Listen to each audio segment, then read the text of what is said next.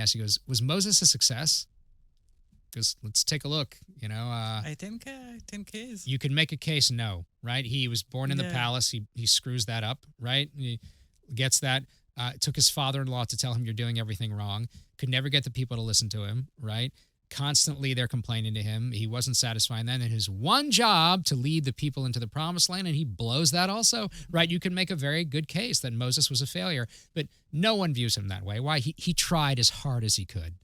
And you remember him. I think that's the he didn't succeed in the end, but it's your effort. So like how much? Like if Moses was on social media, he would go viral. For yeah, sure. yeah, and they'd say he's not a success because he didn't. He didn't win the Academy Award in the end. He didn't sell the script. He didn't have all these successes. But no one views him that way because he tried as hard as he could. And he was humble while he was doing it. So could you be working harder? Could I be working harder? Of course. I don't do as much as I should. How much time do I waste when I get on Instagram and all of a sudden you're lost looking at all this stuff that, that's all of us. Yeah, it's everybody. So you have to it's hard to fight that. To get up in the morning and not look at your phone, go do stuff which you should be doing. I'm speaking of myself. I'm sure some of them are just better than me and naturally better. That's true with everyone. But could you be working harder? Yeah. And I see the people that are successful and they work hard. Like they pour themselves into it. And that's what most of it is. And,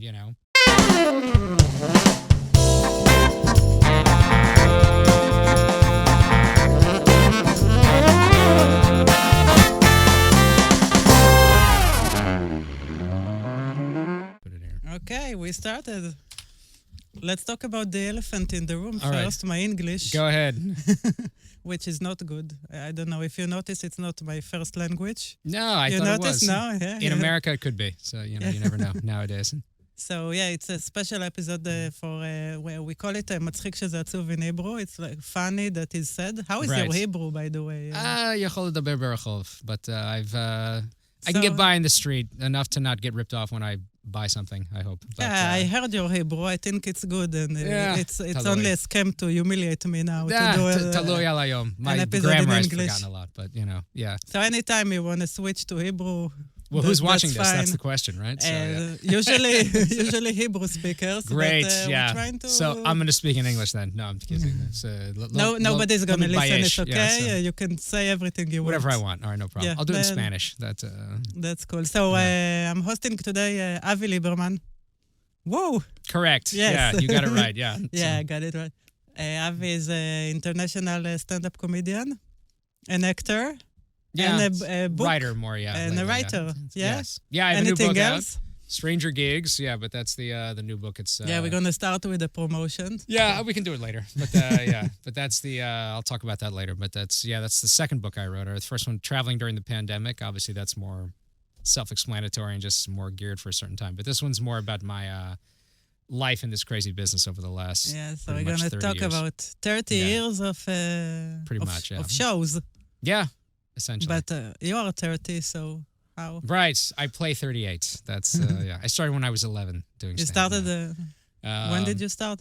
When did you start? I started 94, I think.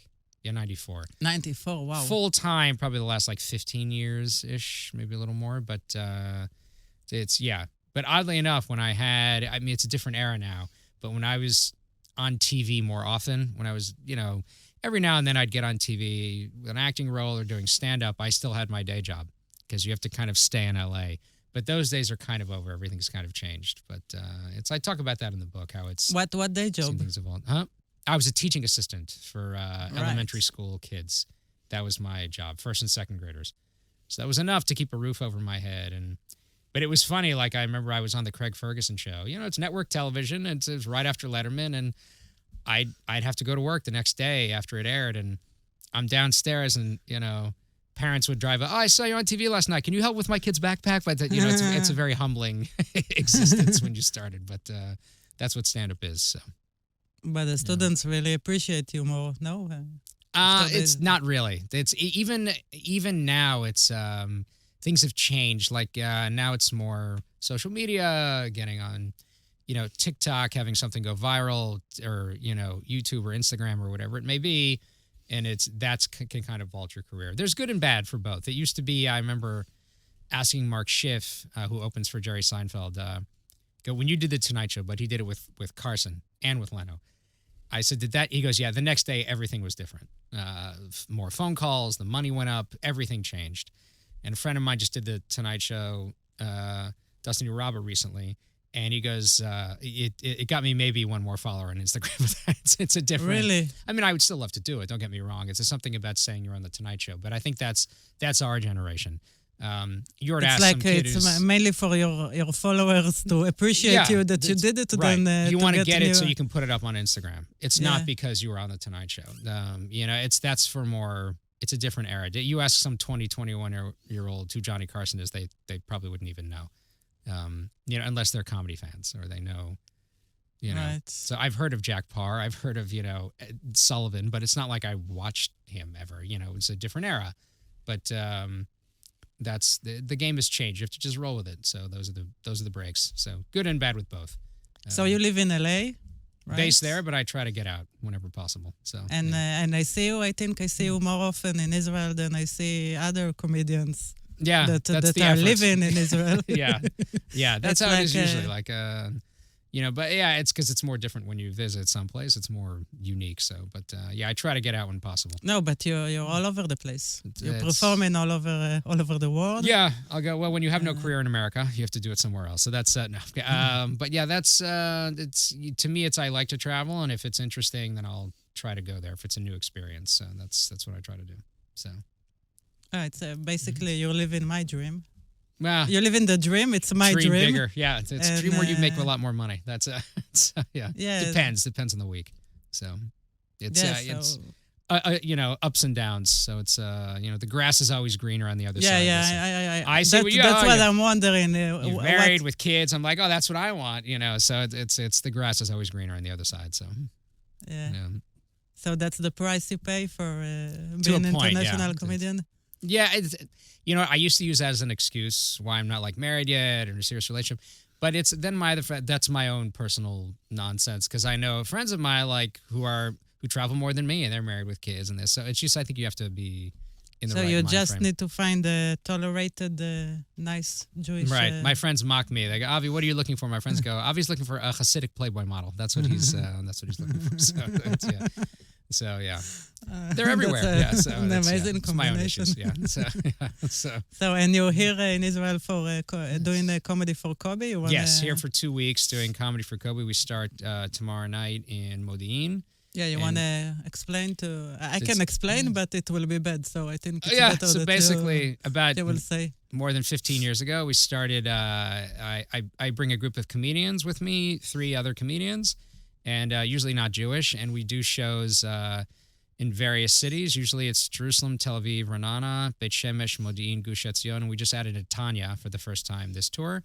And the money benefits a charity called the Koby Mandell Foundation, Karen Koby Mandell in Hebrew, and they work with bereaved families, children of trauma. They have a summer camp for kids twice a year, and they have year-round services for grieving mothers and things like that, and retreats and all that stuff. So that's what and all that, all this mental health, grief and shit and this. So they deal with a lot of the mental health aspects of it. And since October 7, it's unfortunately skyrocketed with all the issues they have to deal with. So that's basically what it is. And they also have their own sad story, right? Yeah, it's named after Koby Mandell, a boy. He and his friend Yosef Ishran, they were both killed by Arab terrorists in Tekoa. Koby was 13 and Yosef was 12, and they were killed by terrorists just outside of Jerusalem. And the family was Seth and Sherry Mandel who founded it. They have 3 other kids and realized other families must be going through this. Other people, this is 2003, 2004, when there were a lot of suicide bombings. And so they realized, other families probably need help with this, and so they sort of filled that void. There was no one really dealing with this on that level, and it's so they have kind of their own community now, so that they created. So, yeah, it's amazing. Every time I come, I've been to it's by the way amazing show. And, thank you. Spread that around to the seculars. I enjoy. I think I've been.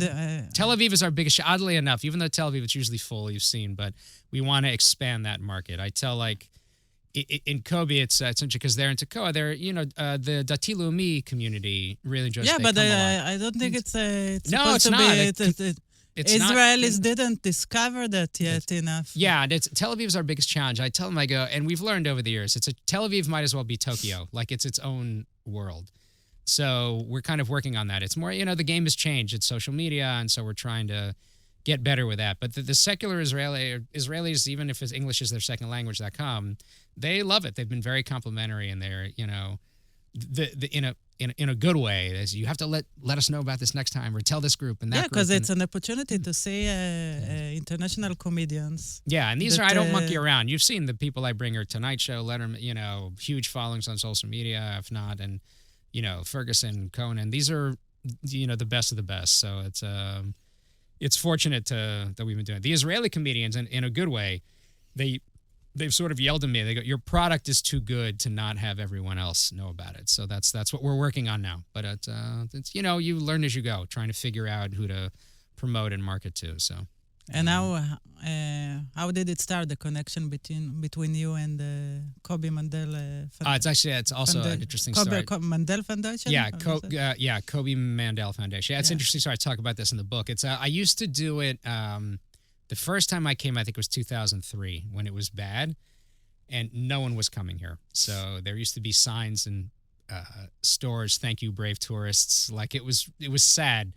So when I came just to support, and a friend of mine who used to work for a group called Crossroads, my friend Karen, and she said, this was the third year, but I came a promoter, I got in touch with one, long story short, and he said, "Listen, this is a guy who brought Elton John here, like huge acts, and my mother connected me with him. She worked for Jewish Life Television Network at the time, and they done work with this promoter, and he said, 'Listen, I have no other business coming in, let's try it.' And this guy, Zev Isaacs, I think he's retired now, and they... So that's how it started. And my friend Karen, by the third year, she goes, 'Let me take this over as a fundraiser.' And that's kind of how it started. And then it, in a good way, kind of outgrew what she could. It wasn't fair to her. She had to handle everything. But we were learning as we go along. And then we sort of amicably, split. So at this point, we had some other sponsors, and, it was helping offset costs. And so I needed like a new charity. And all of these charities turned me down. They're like, "Let me get this straight." And it was making money at this point. Now, it started, everything you have to start. The first time we did it, it took a loss. But the promoter liked the idea. He saw one of the nicest compliments I ever got. Some girl comes up to me after one of the first shows, and she goes, "I just wanted to thank you. I haven't had anything to laugh about in over a year," and walks away.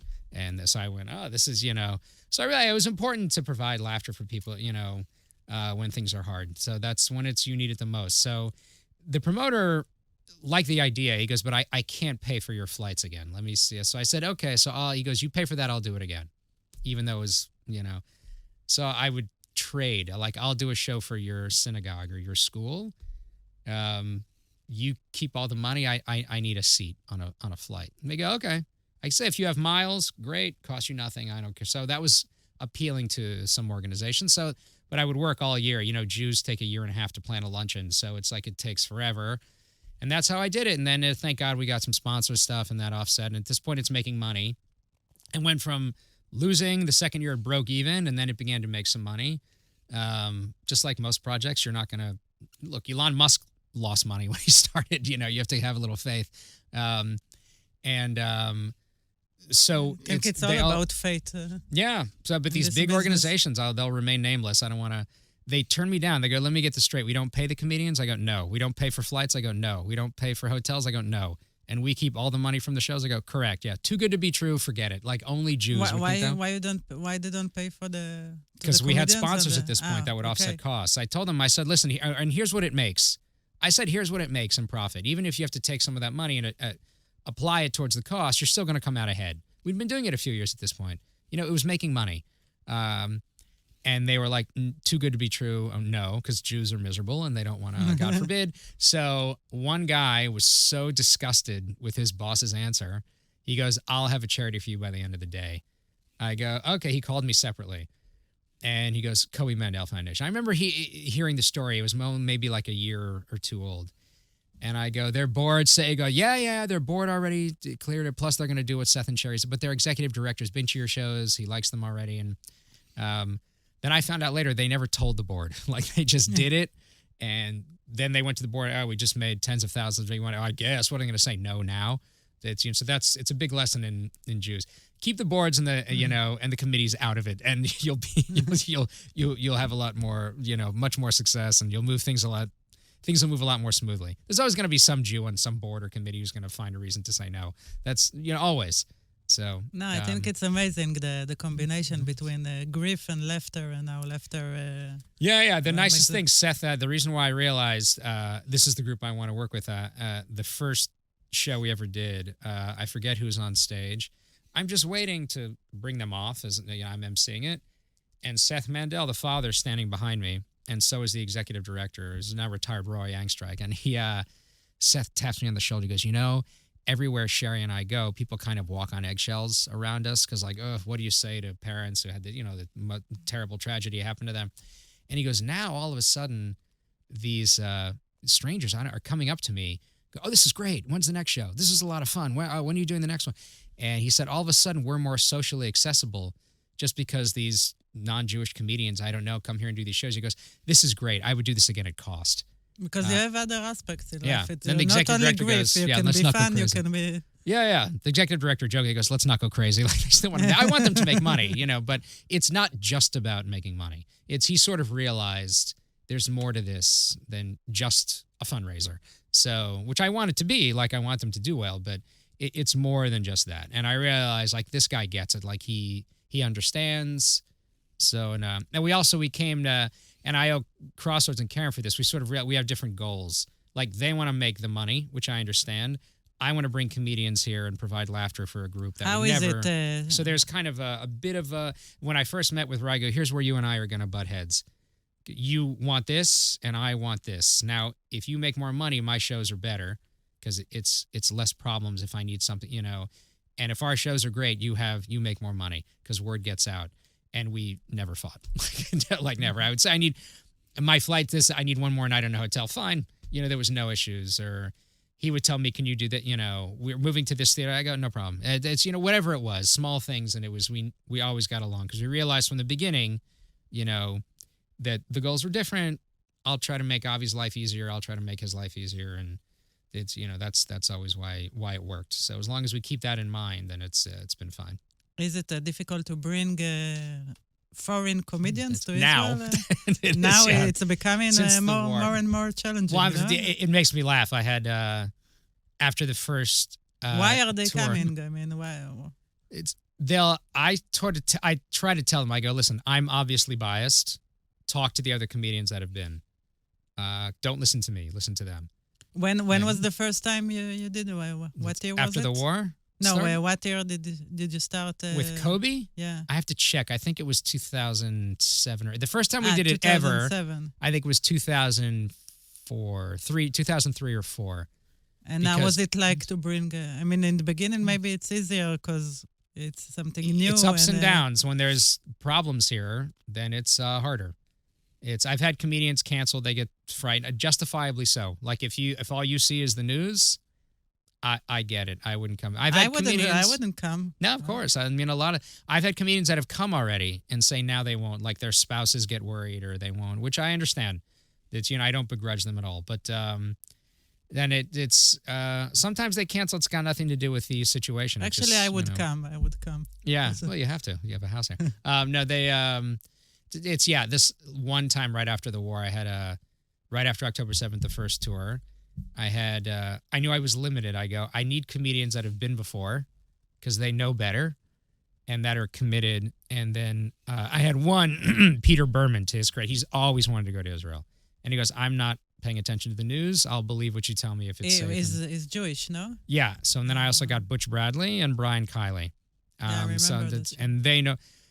So we do questions after the show. We do a Q&A. The audience always likes it. And these guys are quick enough on their feet to usually make it fun.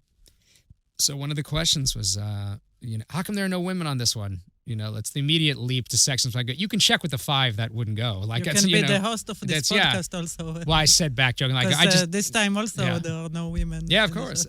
It's funny. I said to them, I just didn't want to deal with any of the drama, and they all laughed. I said, it's like they turned me down. What do you want? This tour too. I'm not stupid. I know the perception. I think 7 of them turned me down on this one. Yeah, literally 7. I'd have to count. Yeah, Gina, Karen, Mary. Yeah, a lot. Yeah, that's 5. Yeah, I think 7. And sometimes it's not just for because they're scared. It's they're booked. They have other things going on, and it was also like scheduling and can we do this or not? And a lot of them are booked already, and there's also less female comedians. It's the more of a percentage is like male-dominated industry. It's like say I used to laugh. They think it's like on purpose. I go, I want a female plumber. I go, good luck finding one. They don't go into that. There are fewer of them out there. It comes from that. So this time who is coming? So this time I got lucky. Jeff Rothpan, who's is Canadian. He actually writes a lot for Jeff Dunham, does the puppet. So he's done the Tonight Show. Steve Martin also. He writes for Steve Martin, or he's done a lot of. You lose count with him, but he's like done the Tonight Show numerous times. And his wife, Marsha, works for Parasport, Israel Parasport in LA, in North America. They rehab and they work with survivors of the Nova Festival. So he's a committed, to helping Israel. And he's not Jewish. Jeff is, Jeff is, yeah. It's rare. I have a Jew on this one, yeah. So and then Wally Collins, who used to host Stand Up on Comedy. So I used to watch him when I was in college on TV. He actually changed. He had a job on a cruise ship, and he's like, "Let me see if I can get," because he was always interested in coming to Israel. And I told him, I said, same thing. I go, just check with the other comedians, because again, don't listen to me. And I think he did, and check with them. And then also Ron Pearson. So Ron was here like 10 years ago. Ron is like the headliner or something, no? I mean, they're all headliners, but I'll put Ron last because he's big energy. He juggles and unicycle and all this. He's very hard to follow. I mean, in a good way. Like, he's too strong. So I wouldn't want to follow him. So, he's going last on this one. But yeah, he was here 10 years ago, and he's Christian, so he has a commitment. But yeah, I was lucky to get, because the three of them are very different. You're always just looking for like a balanced show. Yeah. I don't want three high energy Irish guys. It's very similar, but you want different kinds of acts that are, opposites from each other. So that's what I try to do. And you're writing new material. I don't have a choice. That's years ago when we would do the show once a year. Now we do it twice a year. So, as a comic, you have your act. You do the things that are going to work. Yeah, work in new stuff when you can. So we did a show in Jerusalem. We did a show, and we had a review in the Jerusalem Post. Avi was very funny, but I think he did some jokes I heard last year. I'm like, I don't remember what the hell I did a year ago. Like, I got home, and the other comedians on the tour, they can come here, do their strongest 20 minutes, look like geniuses, and leave, right? I'm not going to see them again. If I bring them back, it's usually like 5 years in between. So I got so mad at this review. And Mark Schiff, I think, was on that tour, and he's teasing me mercilessly. He's like going, Avi, on the next show, are you doing the same stuff you did last show? I just want to make sure with it, and he's laughing. He was like, Avi said you were funny. I go, yeah, but it got me mad. So it's the whole year. I was like, I'm going to show this reporter. I got pissed off. Anytime a joke hit me that was new, I said, separate sheet of paper, dating it. I'm going to do this on the next tour. So I come at the next tour, and I'm pacing backstage, all nervous, and all new stuff. And I go on, and I do the 20 minutes, and it goes very well. And Renana and so David Crow is on that show. He has no problem with material. He's just like he can just come up with it, no problem. He walks around with a pad and pen, and just by the end of the tour, almost his whole act was about Israel. He's just one of those guys. And so he comes on stage after me, and he goes, you should have seen Avi pacing backstage, all nervous that this isn't going to work. Comes on here and does great. Worrying over nothing. How Jewish is that, right? So then I get off stage, and I'm all proud of myself. And this little old lady comes up to me after the show and goes, how come you didn't do the stuff about the holidays? I like that. I wanted to punch her in the face. I never wanted to hit Yeah, sometimes a senior citizen. You like material. You want to hear that again. Of course, yeah. Listen, I'll be honest. Like, let's say if I were to go see Jim Gaffigan and he didn't do Hot Pockets, I'd miss it. I'll be honest with you, I would miss it, because it's such a well-performed piece of material. Yeah, some comedians are getting requests from the crowd, like, what do you want me to do? Brian Regan used to close his shows. If you're a musician, then... Yeah. It's Peter Berman did that joke. He's like, I was always jealous of... Because the Rolling Stones would walk out, I can't get no, and he'd hold the mics. He goes, I can't do that. Two Jews walk into a bar, and then holds the mic. But yeah, Brian Regan used to end his show. People would scream out jokes that I want him to do. On our Q&A with him, when he came here as a special event for Koby, there's this kid sitting in the front row, and we take the, and he's raising his hand like that, and he goes, can you explain the I before E rule? That's one of his jokes.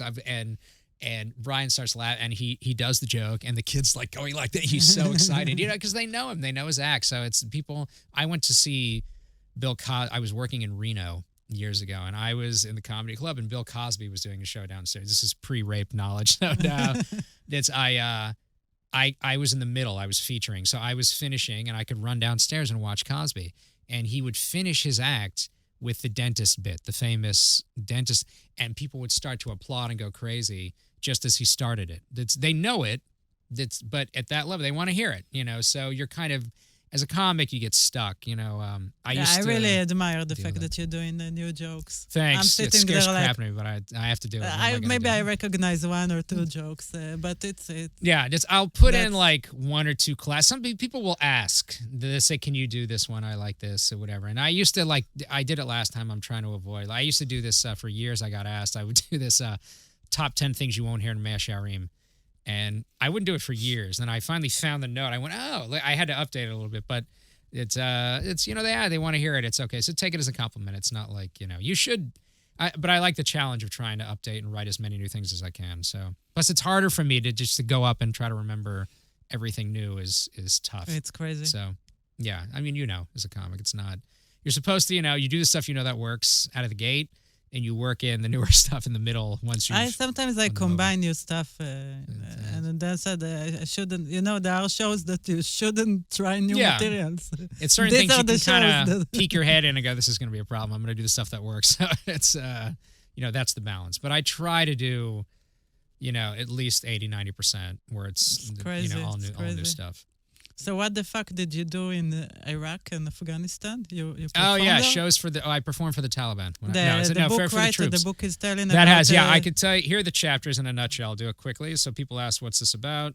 Because people would ask you, how did you get started in this? 30 years? In what age did you start? When I was 12. Right out of college. But it's introduction, beginnings, and open mics. I thought you were younger than me. Huh? I thought you were younger than me. Well, as long as I come off that way. You're 22, right? Yeah. Of course. So this is basically in a nutshell. Here are what it's divided and what it's about. Introduction, beginnings, and open mics. That's how I got started. Las Vegas, Afghanistan, Iraq, cruise ships, television, Jewish events, Israel, hell gigs, a Swiss bat mitzvah, Germany, Prague, and Russia again, October 7th, and then the afterwards. So that's kind of what it's divided into and what it's about. Is it like...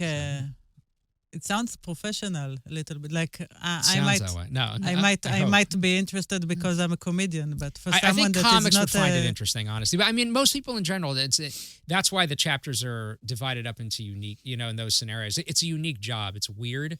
I think anybody would be curious is like, what was you doing comedy in Afghanistan and Iraq? Obviously, that's for the troops. Or like when you do TV, it's comedians are curious. Like it's very technical.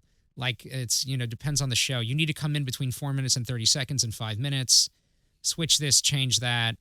It's, you have to kind of play the game to a point. Like sometimes you have someone who's in charge who they want to give their input. Sometimes they don't.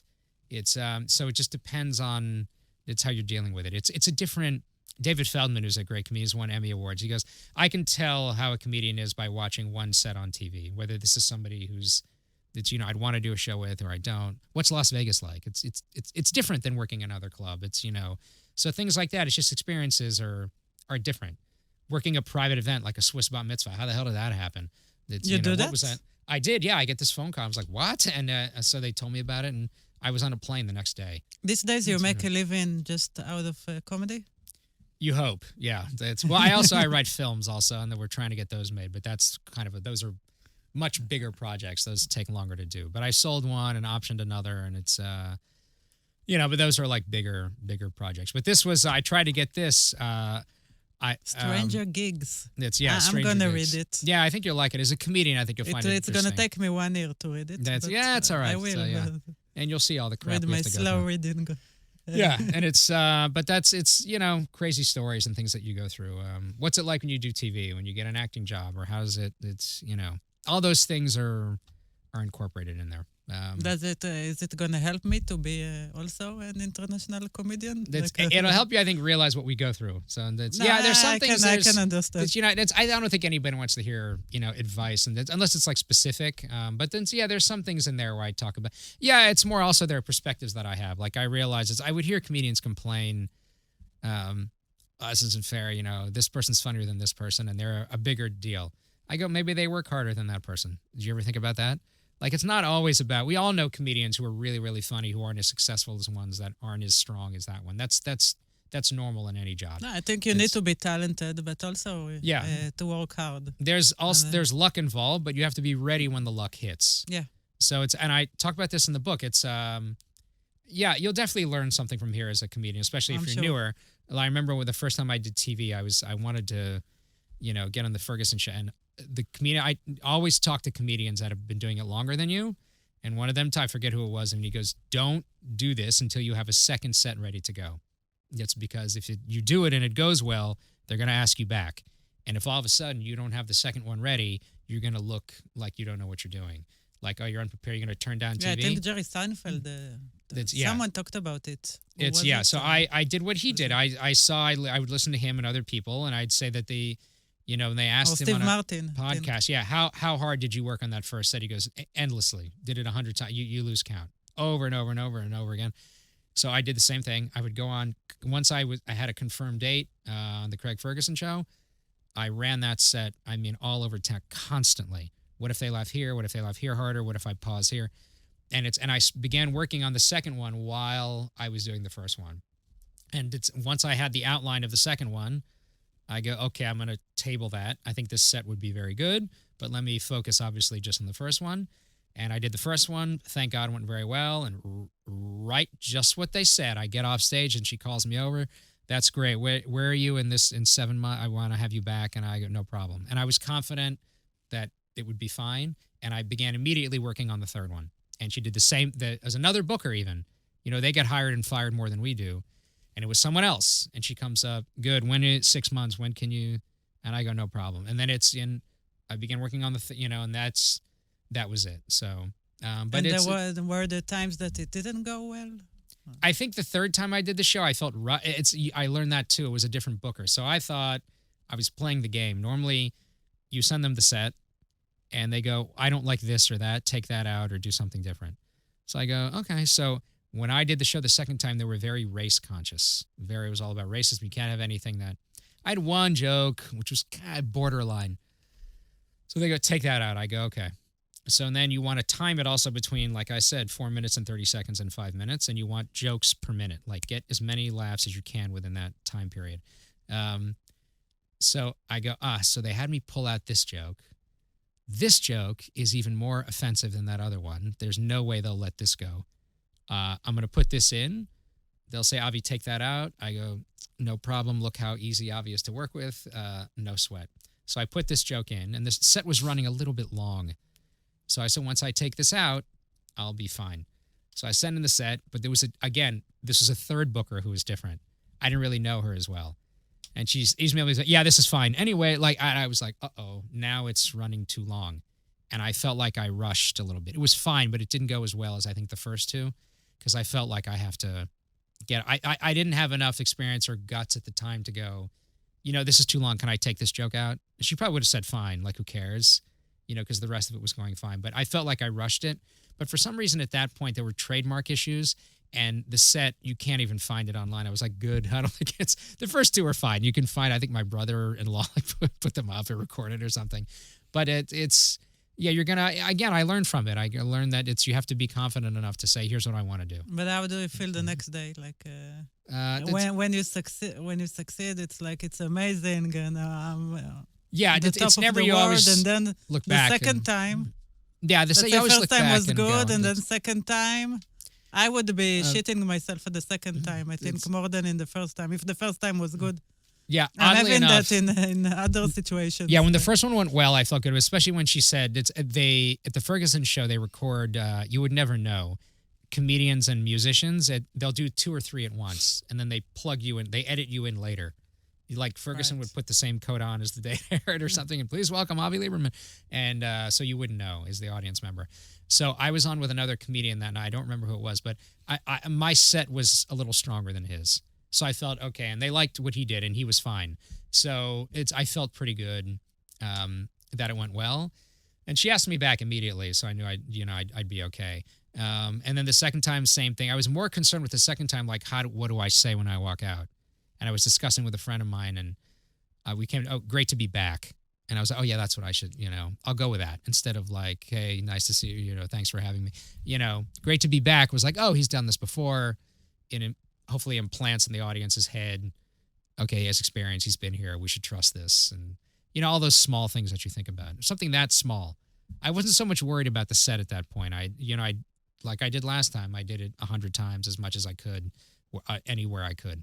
And the clubs in LA are pretty good about, if you're doing television, they're very good about, go on, give him 5 minutes. And, they sort of realize LA is kind of a showcase town. That's kind of changed over the years because no one cares about TV as much anymore.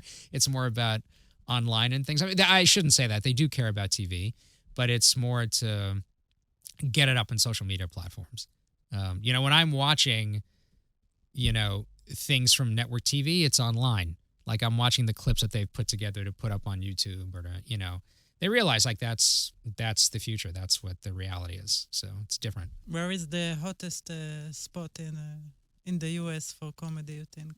Is it I think Houston? It depends on the city. I would say there are a lot of great places to perform. That's the difference, I think, between the U.S. and other countries in the world, even where stand-up is popular. Most major cities are going to have a comedy club. I mean, any big city has a comedy club.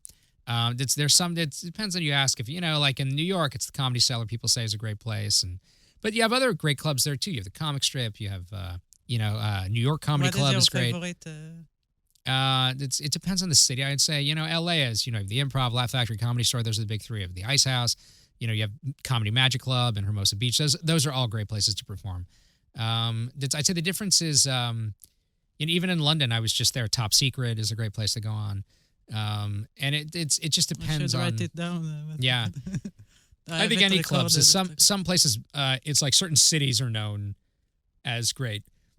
Excuse me, as great comedy cities. Like Boston is that way. San Francisco is that way. Chicago has that reputation. And it's some places like in Miami, for example, it might not be a comedy club. But they're great venues. Like the Four Seasons. This guy Manny, they would do a show in Miami, and there are guys that run shows around the city, and there are certain rooms, and they're phenomenal. Like it might be a restaurant, but it's great, so it might be better than a regular comedy club somewhere else. So it's I think it just depends on the city and the club. But in it, the Midwest, I've never performed there, but it used to be. How did you come to perform in Iraq and Afghanistan? Well, there are guys. What happened though? Well, just finish this up. There's a play called the Funny Bone in Columbus, Ohio. They used to say that club is so good, if you can't do well there, quit. Like that's how. But I've never performed there. But that's just an example. The Midwest, I did Indiana is a great place to perform. It just depends. There's no real I don't think one answer for that. But Iraq, Afghanistan, it's when the war started there. It's similar to like the whatchamacallit, like a USO type of tour. But there are other guys. For Afghanistan, it was my friend Mike Burton is a comedian, and you get contracts with the military, and he would arrange shows, and he sent me and a bunch of other comedians over there to perform. All right. And for Iraq, he passed away, unfortunately. Late great Scott Kennedy, he would do Iraq, and he would go every month. So he would do it. He'd come every month with 2 other comedians he'd bring with him. And for Afghanistan, he would send us in groups of 2s. So it would just. You get contracts with the military. That became kind of their thing. So. And you weren't afraid a little bit? No, I was too. It was exciting for me, like the adventure of it. That's once I was in Afghanistan. There were periods where you'd feel like when we'd convoy, you feel your heart kind of because the way you're in the convoy and in the the Jeep or whatever it was or the Humvee, and you hear how they talk to each other, especially if you're in one with a gunner. And they're scared themselves. Like, go, go, go, go. Why Toyota to your left? And the gunner would, they turn and, that would get your heart racing because you realize like this is serious. Because there are suicide bombers, they say, and roadside bombs, all that stuff. And so it's even even if you were taking a plane from one base to another, they'd get on and if we have to crash land, there's a little thing here. You grab this, push the 2 buttons, special forces will come and get you. And then it's just like, very nonchalant how they'd speak to you. It's just a different world that you're in. Why would you do that? Why would you go to Iraq and Afghanistan? For the experience. Places that are dangerous. Well, it's also fun. You realize, like, I don't have a job without these guys, right? They protect freedom of speech. So that you have to kind of give back to those who give to you in a sense. Like it's important, like, and there to give them kind of a sense of home, just to give them a break for a minute from similar like the shows in Israel. Like why do we do this? The motivation is like, is it the high adrenaline or getting Both. paid? The paid you get, the pay is minimal. You get like a stipend so you don't go broke while you're gone. But it's not you're not doing this to become rich. Like those aren't high paid corporate shows. You're not getting that kind of money to do those. They give you something, but it's to like offset cost and stuff while you're gone. But and you're not afraid of being Jewish in these places. Like nobody knows. Your humor is Jewish. Like here it is. I know there you kind of adjust. But Butch Bradley, who I went to Afghanistan with, he would joke on stage. He goes, "By the way, any kidnappings, Avi's your guy. Jewish, Israeli, and American. He's who you want to take. He's worth way more than me." So that's he would joke around about it. But it's the U.S. military, they're all pro-Israel anyway, and there's no issues with being Jewish there. They don't care. You have Jewish in the military there, so it wasn't a problem. They're fans, so it never comes up. In London, I had to be a little careful. Like I walk on stage there, and you see keffiyehs in the front row, and burqas. Wow, it became crazy. It's a little like I just wouldn't do material that would instigate. But I don't hide the fact that I'm Jewish. I would do material maybe about being Jewish or something. But it wouldn't. They were fine. They're a good audience. I listen though because I would hear from comedians there that the anti-Israel stuff would get so bad they wouldn't go to certain clubs anymore. It was just ridiculous. Yeah. One comedian went on and mentioned, "Oh, Netanyahu is meeting with Trump now, and it's the news." But he didn't say anything anti-Israel. He was leading to a different place, a different joke. But I kind of listen if I hear that and I have to go on after that, I would clap back. I have some material making fun of the other side, so I'm not going to put up with that. Like in Europe, they're more reserved about talking about it, but in America, it's 70-something% or 80% of America is pro-Israel, so it's less of an issue there. But did you feel the anti-Semitism? I didn't. No, I was there, but I mean, again, no one. The 2 nights I was there, and I was told actually one of the nights I was there, one of the comics that I was on the show with, my friend Rachel Krieger in UK, she goes, if you were to look at this comedian's Twitter account, it's viciously anti-Israel. But they did nothing about it when I was there, so it was very cordial and fine, and, I don't have an issue with it. As long as you're not bashing Israel from the stage like an idiot. There's one guy on Instagram now. He's this awful comedian. He's horrendous. Sometimes there are heroes on the keyboard. Yeah. That's all he's got. Not a single joke not bashing Jews or Israel. Nothing. Because he realizes he's not strong enough to come up with anything else. And it's a ticket to get views and clicks. It's, now I can go perform in some European city and it'll just be all, pro-Palestine audiences and you can get a career from that. But if you can't make regular people laugh with regular things, he realizes he's not. This guy stinks. It's like it's a niche. Yeah. What? It's a niche. Yeah, that becomes your thing. So if that's all you can do and that's all you're doing, he's too weak of a comedian on his own. So it's his way to express his anti-Semitism. I'll do this. So he's just spewing anti-Israel bile. And I challenge him online. I go, post one joke that has nothing to do with Jews or Israel. One. Haven't seen it. Right.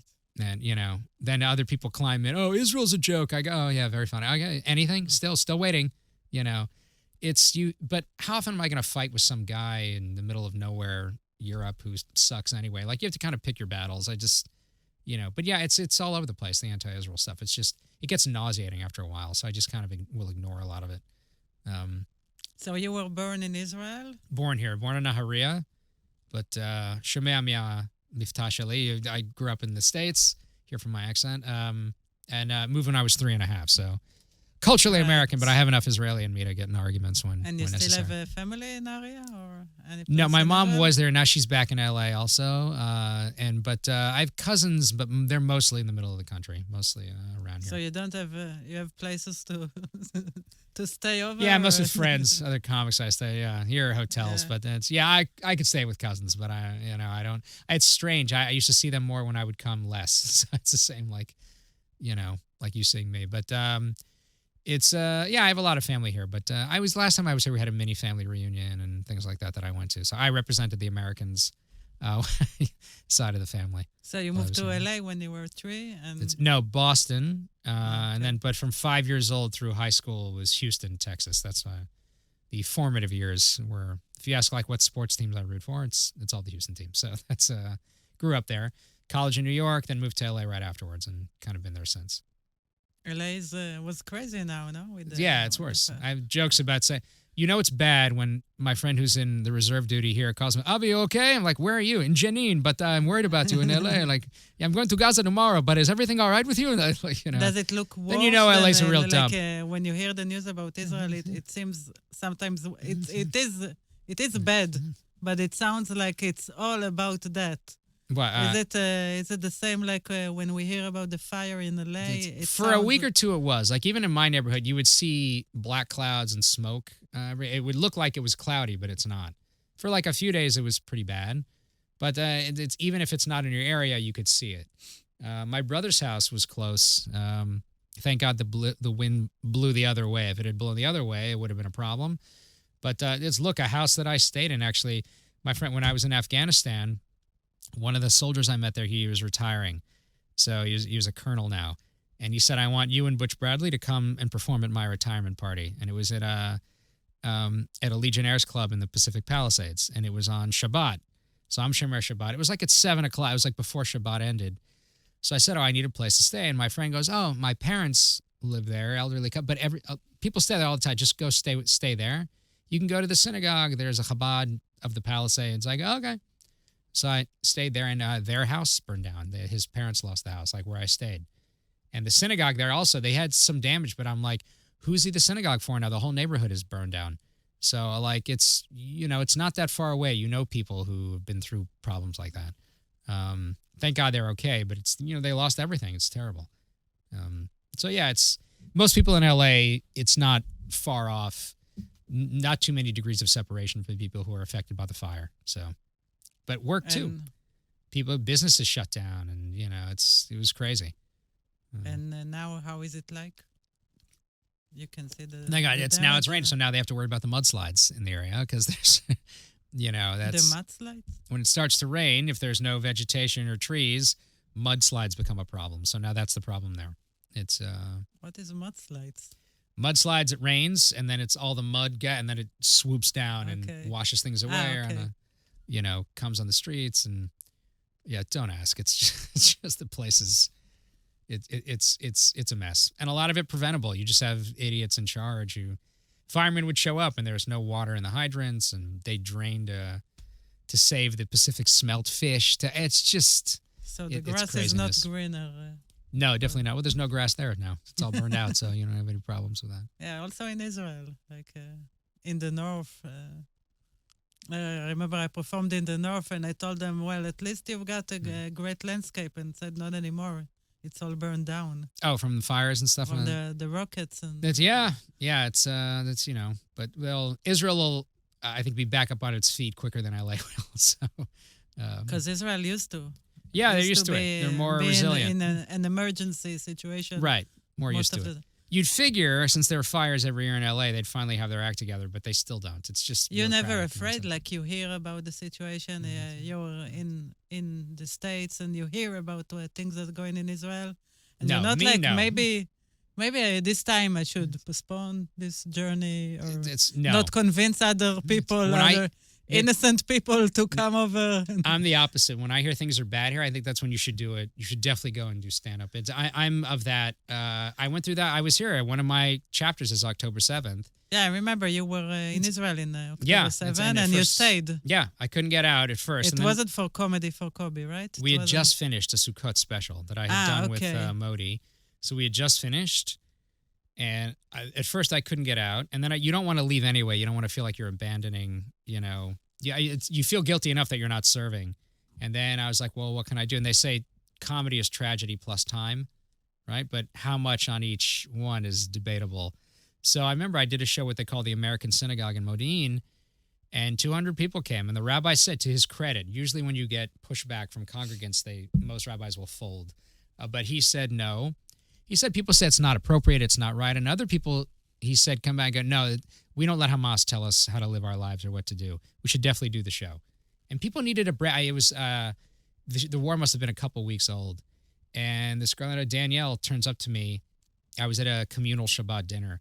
And she goes, I need a break. If I arrange a show here in this play, we can only have 50 people. I'll bring the chairs. I'll get a speaker. Will you do it?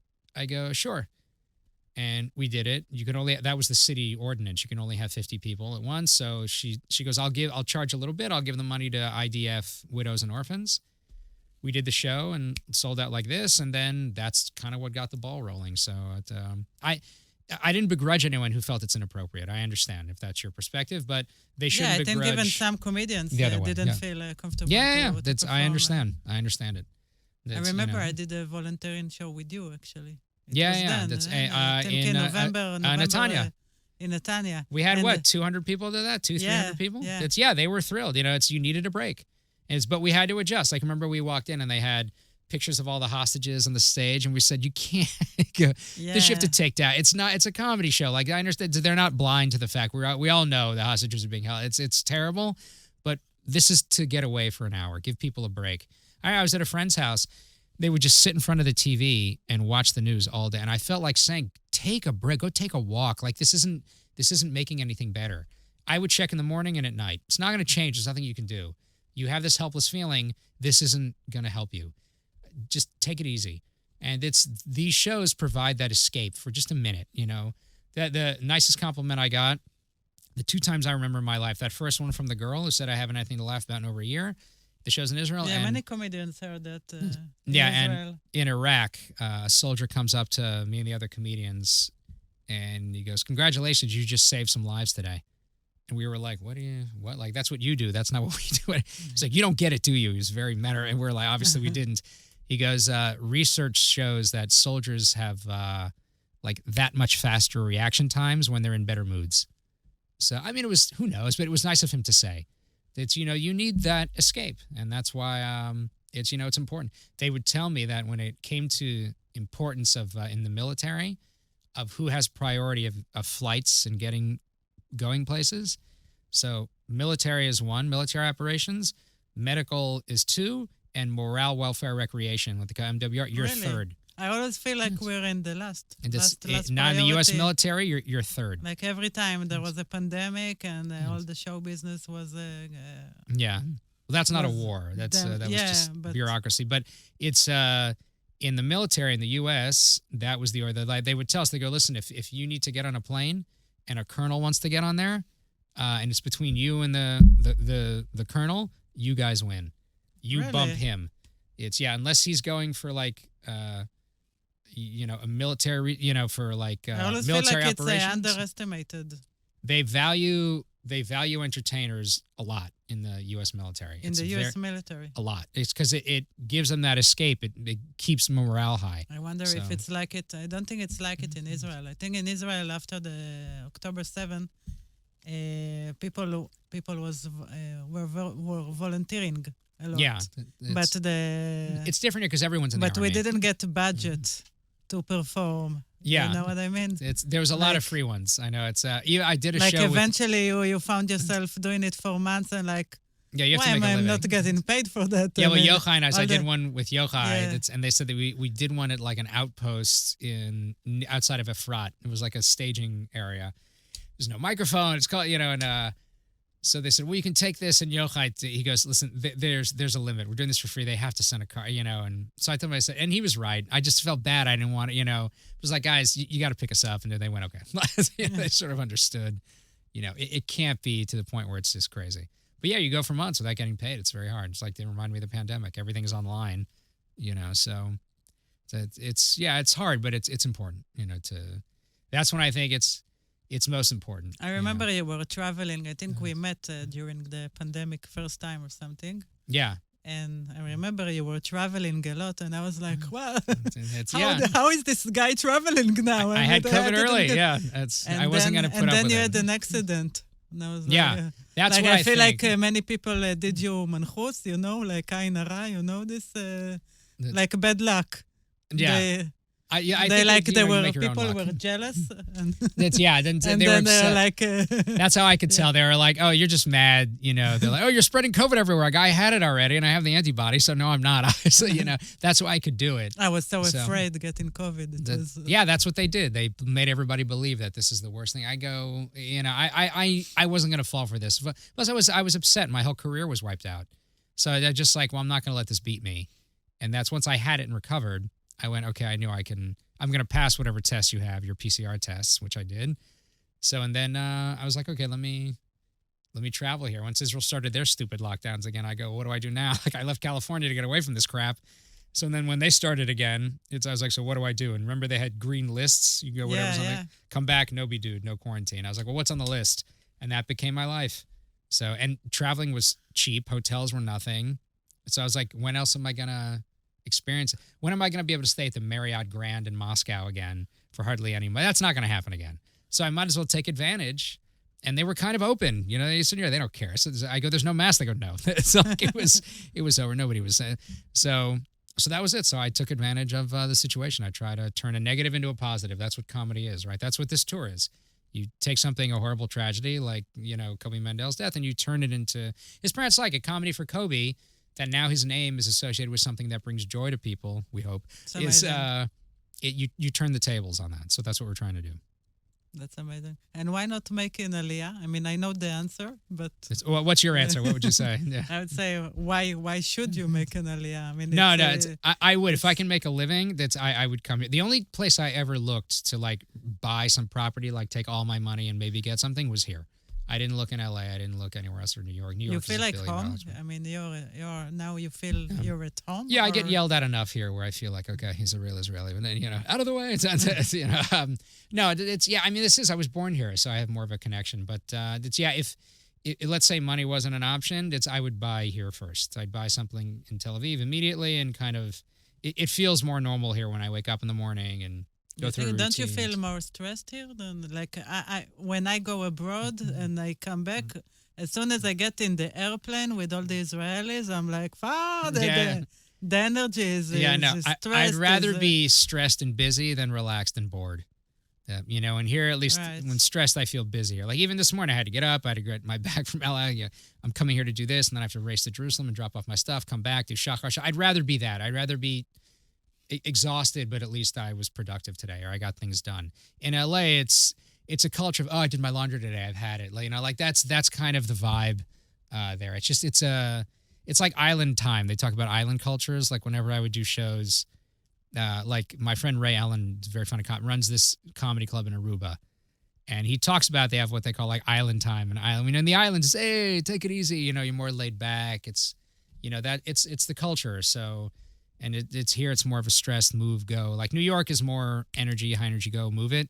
That's why I think stand-up in New York, it was always very good because you're going there to release. You know, it's stressful.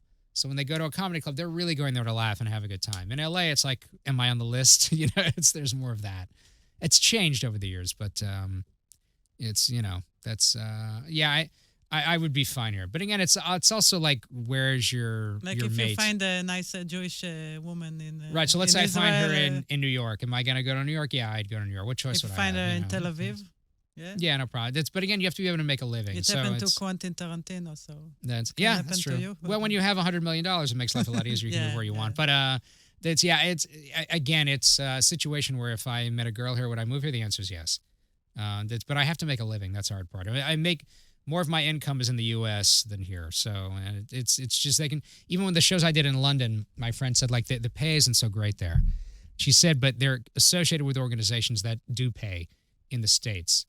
And they say it's much harder to make a living as a comedian in England unless you're like a bigger, you know, a huge star or a big deal. But it's just different. They don't really have, culturally, the perspective is different on what you pay. Is it hard? Is it the competition is hard? No, there's always competition. I think that makes it healthy for you. You know, that's why I was kind of happy in a way I started in LA. It's hard to get on stage there. No, but it's hard to make a living as a comedian. I always feel like I have this like a fantasy that maybe I could take my show, do it in English, and be very successful abroad. Yeah, why is that a fantasy? That's not a fantasy.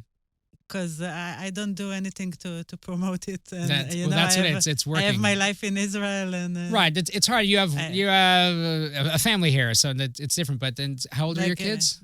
10 and 6. Okay, so you're a few years away. And then once they're on their own, you might be able to do that. And, you know, you never know. There's no rhyme or reason why someone's career becomes a big deal or doesn't. Nowadays, it could be one clip that goes viral, and all of a sudden you have a huge career. And yeah, you know Candy, right? Candy. Yeah. Candy told me once, she said she had one clip Candy that went nuts. And all of a sudden, she told me, everything changed. Agents, more money, more this, more that. And it's everything got better. Yeah, you have no idea. It's, you don't know. Yeah, opportunities can come. Yeah, but you just have to be even ready. when they come, like I can go for like but Candy's 10 days. a 10 days was the maximum that I left the family. Yeah. It's look, you did that thing in Canada with so it's there. It's but Candy was ready when it hit. More like this, more like Canada shows. Right. Candy's a seasoned professional, so when quote unquote the luck hit, that thing went viral. She was prepared. She's ready to go because she's a good comic, so she could go on and perform and have no problem and do a great job. So that's, you have to be prepared and ready once it hits. So that's the advice you give me? Huh? That's the advice? Yeah, be ready to go. There's no reason why that should be some untenable dream. No, I just need to be on my focus. Like that's on what it is. The things that I do. Focus on how much effort are you putting in. Yeah. Look at Yochai as a perfect example. He works very hard. He focuses on the social media. He records everything. And it really helped his career. It boosted him. And that's, I tell people Modi's career exploded from Instagram, not from TV. I go, Modi was just as funny 2-3 years ago as he was before he became a big deal. But I forgot his last name. Modi Rosenfeld, but he just goes by Modi, M-O-D-I.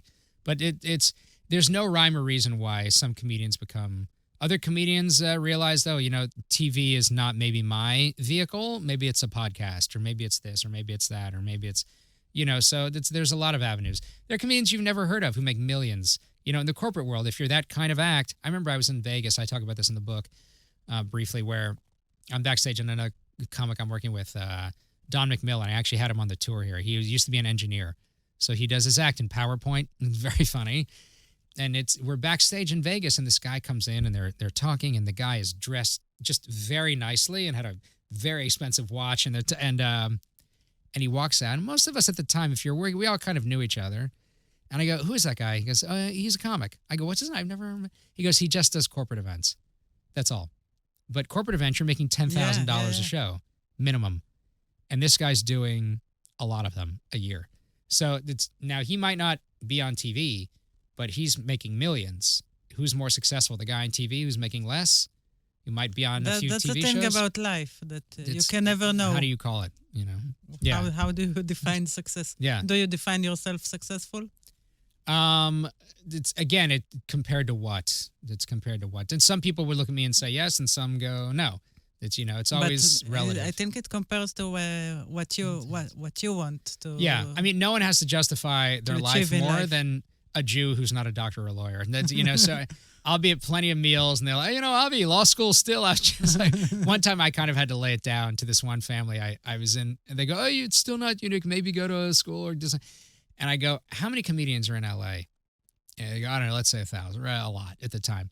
I go, how many are regulars, let's say, at the Empire? I was going slowly, or regulars at a comedy club. Okay, less. How many of those get paid regularly to make a living, can survive just by doing this, which is hard? Less. How many have been on TV? So that's even less. I go, okay, so where am I relative to this? Maybe I'm not a failure because I'm not, at a huge law firm. And they kind of went, okay, I guess that makes it. You have to, because for most of the Jewish world, unless you're Jerry Seinfeld or Jackie Mason, you're a huge failure. Like that's their benchmark. And that's an unattainable benchmark. You're picking the best of the best. But you have plenty of comedians who they haven't heard of who are very successful, who have huge, especially now with the online, with social media. There are comedians that are massive that I haven't heard of that have huge careers. You find your niche, and that's what they say with comedy: get good at it, find your niche, and that's your thing. So most comedians, if you ask, we need someone to do 45 minutes to an hour of squeaky clean material in front of a bunch of Orthodox Jews, good luck. Like, most comics can't or have no interest in doing that. I can do it. Few other guys, and gals, we all know each other. We try to help each other. So that's your niche. And that's it, yeah. I mean, I do other things. I still enjoy performing in Vegas and Reno, whatever that pops up. I can do the secular things. But I still enjoy. When I go to London, I told one friend of mine who works, he's very religious, just does Jewish stuff. And I told him, I said, you need to focus on, you're married with 3 kids. That's going to make, if they call him to do a secular spot in Vegas or this, he'd have trouble because he's not talking about, Sukkot. Like, what are you going to do? You have to, the more you amass in your arsenal of material that you can do, the more opportunities you'll have. So that's what I would tell them. And it's one girl, a comic I know, wanted bugging me about coming to Israel on my tour, but she was being intellectually honest. Like, there's no TV, and I feel like my agent did this to me years ago, and it's annoying, but it helped. He goes, you have to write out your entire act, highlight where the punchlines are, and if you can't highlight it, if it isn't clear, they laugh after I say this, maybe it's not a joke, maybe it's not a punchline. And it makes you edit. But I feel like the American audience is more tolerated to just come there to listen. Like they're more tolerated to not specific punchlines or just telling stories. They're more patient. You can be that kind of comedian. It's more storytelling. Like, it's okay. So I'm not this kind of comedian, but those guys don't translate as well on TV, for example, because you're waiting for one punchline, and they want jokes per minute. It doesn't mean they're not great, and then you have guys that can do both. Like Jim Gaffigan is going to get laughs throughout while telling a story. Like, that's kind of what you want to do. Yeah, so there are a lot of avenues to take, and it just depends on what you're doing. That spoken word art and things that they used to call that. Where it's not. That was quote unquote alternative comedy, was comedy that wasn't punchline oriented. That was kind of the best definition that I had heard over the years. But yeah, you have that. And, but if you have to decide, like, that became like a thing in LA, the alternative scene. And it was very like, offbeat and, but I would see guys that would fall into the trap of just trying to do that kind of material. And they were newer, let's say. But the comics that were really great at that, like the Patton Oswalds, the Andy Kindlers, the Doug Bensons, they could make a regular audience laugh if they wanted to. And I've seen it. I've seen old footage of them where they would kill in front of a regular audience. Now, if they're choosing to be more alternative or quote unquote back of the room, making the comics laugh or back of the room laugh, that's their decision. But if they wanted to, they could go up in front of a regular group of people and make them laugh without a problem. And I think you have to be able to do as many things as you can. One of the nicest compliments, another one from another comic, Chris Spencer. We were in the foyer of the Laugh Factory once, and somebody was talking to me about a show. Avi, can you do this one? Are you comfortable? And Chris goes, Avi's kind of like a utility comic. It's like you just throw him in, black room, Vegas, alternative, mainstream, Jewish event, he'll figure it out. Just you can. Am I going to be the greatest? And he's one of those. No, that's but I'm capable of doing those shows. It doesn't frighten me. So I'd be fine. What is frightening you? Is there anything that is? I think that's people. I said you get scared. I would say that I would change the word to concerned. I get more concerned at this level. Like, let's say if it's not a comedy club, like, what's the lighting? What's the sound? Something like, do I have a mic? Do I not? Some shows like technical problems. Yeah, like I did Friday night at a Chabad, right? So there's no microphone. They're religious. So I was concerned. Are they going to be able to hear me? Are they not? Where am I standing? That's, all those things. But am I scared? Not necessarily scared. But I'm worried. Like with this tour coming up, we start tomorrow. Yeah, I'm concerned because I have a bunch of new stuff. I think it's pretty good. I've been able to practice some of it. And also you have a responsibility for the other comedians. Yeah. I got to show them around. I'm not worried about them. Like that. Thank God they're here. Even if I suck, like they'll at least like the other three, hopefully. But it's more concern at this. You get to a point in your career when you've been doing it long enough. It's where you've done well in certain scenarios that it's, a lot of times the setup or the environment they put you in, you can't win. I was on a cruise ship, again, more in the book about this, but you'll have shows where there's nothing you can do. You have to read the book. Yeah. Read the book. There you go. Stranger Gigs. I don't know if you can see that on the screen. Yeah, but up on Amazon. Why do you look so worried? I'm going over notes. I'm always worried. We're a worried group. That's it's before going right before on stage, going on stage here in Israel. That's the look. Yeah, that's how you can recognize a comedian. Everyone was like, "Oh, find the great shot of you on stage holding a mic," and just like this came up and someone goes, "That's your photo. This is what most of it is." Going over notes and going and preparing. And Alan Havey once told me, he was here on my tour, Israel. Talk about, he was very meticulous. You see why he's successful. He was on Mad Men. And he's been at a huge career, big success. And you see why. Because he sat me down and he goes, I want to go over my entire act with you to make sure, because he can be very dark and dirty, but he doesn't have to be. Because I want to make sure what's okay And he sent the whole thing. Sat me down. I wanted to go. We're done, Al. He goes, no. And he would, what about this? I go, I would change that one word because no, it's out. He was very meticulous. And he said it's sometimes, he goes, when I'm sitting there staring off into nowhere, smoking a cigarette, he goes, I'm working. I don't want to be bothered or talked to. When someone comes in and starts talking to me 10 minutes before I'm on and I'm just sitting there, he goes, I'm going over. He works hard. Like he's first sitting with me, and then he's very meticulous about what he wanted to do. He wanted to make sure he did a good job. And that's why he's successful, and other people who don't work as hard as him are not. So you always have to, in the book I talk about this when it's one of my favorite that I heard my rabbi say. He was talking about Moses, and he goes, was Moses a success? Because let's take a look, I think he is. You can make a case, no, right? He was born in the palace. He screws that up, right? He gets that. Took his father-in-law to tell him you're doing everything wrong. Could never get the people to listen to him, right? Constantly they're complaining to him. He wasn't satisfying them. And his one job to lead the people into the promised land, and he blows that also, right? You can make a very good case that Moses was a failure, but no one views him that way. Why? He tried as hard as he could. And you remember him. I think that's the he didn't succeed in the end, but it's your effort. So like how much? Like if Moses was on social media, he would go viral. For sure. And they'd say he's not a success because he didn't. He didn't win the Academy Award in the end. He didn't sell the script. He didn't have all these successes. But no one views him that way because he tried as hard as he could. And he was humble while he was doing it. So could you be working harder? Could I be working harder? Of course. I don't do as much as I should. How much time do I waste when I get on Instagram and all of a sudden you're lost looking at all this stuff that, that's all of us. Yeah, it's everybody. So you have to it's hard to fight that. To get up in the morning and not look at your phone, go do stuff which you should be doing. I'm speaking of myself, it's, you could always be working harder. I can relate. And people who are more successful than me, they work harder than me. So that's, I'm sure some of them are just better than me and naturally better. That's true with everyone. But could you be working harder? Yeah. And I see the people that are successful and they work hard. Like they pour themselves into it. And that's what most of it is. And, hopefully there are lessons in here about that, which I think there are. But do you have a dream guest that you would like to bring with you to Israel? You meet a lot of Israel. Yeah, I mean, aside, there are the obvious ones. Well, the dream you perform with Jay Leno and Jay stays in town because to take care of his wife mostly. But obviously, well, Jerry Seinfeld was here, obviously. But I mean, aside from the obvious ones who I'd like to be part of Koby, Gaffigan is on my list. I'd love to work with, bring him here. He's a great guy. And he did a show for us in New York. And, but yeah, for years it was Brian Regan. I would tell the comedians, they'd ask me like, what do I do? Like, as far as I go, think of him. Do your most Regan-esque, I use them as an adjective, your most like Regan-esque material.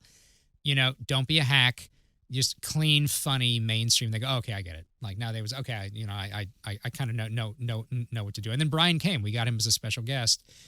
So that was like nice. So I know it's possible to get these guys that, you want to dream of working with. Jim would be one. There are a lot of guys, him, Ray Romano would be another, so it's just those guys. Nice. Yeah, I'm working on getting Ray in L.A. because like the Leno show is in L.A. and Ray lives there. Ray doesn't like to fly so much, so if I can get them to make it easy for them, we'll just do it here. Take it easy. Just drive her, do the show, drive back. Why not bring Israelis to L.A.? Huh? They're doing that. Yochai does that. I think Shachar did it, and it's doable. You'll be there soon, so yeah. There we go.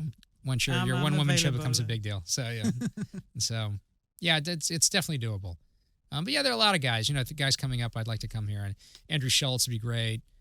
He's very funny. And, there are a bunch of guys who I'd like to see here, whether under our auspices or not. Matt Rife would be great here. I think I got to do Nikki Glazer's show. I did a guest spot with her. She invited me to do, so that was fun. She's in here. I got a nice picture of her in here somewhere. There are pictures. Yeah, there are pictures too. Here, look in the back. That gives me more motivation to read the book. It's a pop-up book too. Now, here there are pictures back here. You can see that's with Sarah Silverman and Richard Lewis, Bob Newhart, Tiffany Haddish, Kevin Nealon. Those are ones, Shannon Elizabeth, so it's, Nikki's here somewhere, I think in the Israel section. Was it Asner's? But yeah, she invited me to do a show here. So, it's, there are a lot of great people here. It's interesting the combination between you and Nikki Glaser, because you're very clean and Jewish. And that's a fun juxtaposition, because that's how I work, and Nikki can be a filthy pig, it's shocking. That's what makes it funny for her too, because she's so nice and sweet. But also and it can be an opportunity for you to be a little bit different, no? Like to I kind of like. I made a point of like keeping it very clean and mainstream. Did you come to that show? No. It's okay. There are a few. So I made a point of like keeping it squeaky clean, because I in my head I was like, it's funnier if it's like I do that. And they were good. They were a really nice audience, and I got off, and then Nikki comes up and does her thing. That's why it's funny for her, because she looks how she looks, and she's very nice and sweet and cute and pretty, and then she says these things that are so shocking. It's like it's funny. It's a funny juxtaposition for her. So, and then she's a great comic anyway, and she's so nice that so it's that makes it even better when when she performs. She's a strong comic. She's a good person. She's one of the people like you root for, because she's one of the good guys in comedy. So yeah, it's unique experiences. That's what a lot of that is. So what should I wish you to? What do you want to do? Like, what is your dream? Mine is to get my movies made. That would be more that's like on the immediate. Yeah. I wanted to wish you like to have. I'll take that too. Good shows. Yeah. Sold out shows. I'll take that too. Let's take that for now. Let's take the sold out shows for now. Yeah. And we start. Yeah. Comedy for Koby. Solo Avi Liberman. Yeah, either one or with these two. Yeah, it's fine. But people want to come. I don't know when they're seeing this, but comedyforkoby.com has all the info. And we start tomorrow in Modi'in through the I'm gonna go to the 25th. To Ra'anana, I think. Yeah, that's a fun one. Ra'anana's always a good show. It's also the last show. So at that point, I should probably know what I'm doing. Usually, it takes 5 or 6 shows for me to figure it out. It won't be new materials. Yeah, by show 7, I should have it. I should be ready to go. Yeah, it's 7 shows. That's a lot. Yeah, we added Natanya this time. Yeah. So Natanya, you get credit for Natanya, because you did such a great job when we were Thank there you very last time. much. So yeah, you can take credit for adding Natanya. So yeah. So I will be performing in Natanya also. Oh, of course, that's all I need. Open that Pandora's box. Yeah, you put Donna on. Why can't I do shows? Yeah, I had one of the Israelis tell me, and Martine, he goes, I'm telling you, Avi, as someone who wants to be on your show, don't ever put a local on your show, because everyone will start bothering you. So he goes, so it's a good decision. Just keep them there's a talk about it among the comedians, like, why doesn't he bring people from Israel? Yeah, do they get mad at me? I hope I'm defended. Martine, some of them defend, like, no, he's right, don't do it. Benji Lovett said the same thing. He goes, I remember I met you after I did a spot in Hudna in Florentine. And then you told me you should totally come to Comedy for Koby. And I was like, sure, I will come. And then I asked Benji Lovett, one of our mutual friend, a comedian, did he ask me to perform in Comedy for Koby? Oh, no, it totally didn't ask you. No, it's such a common watch.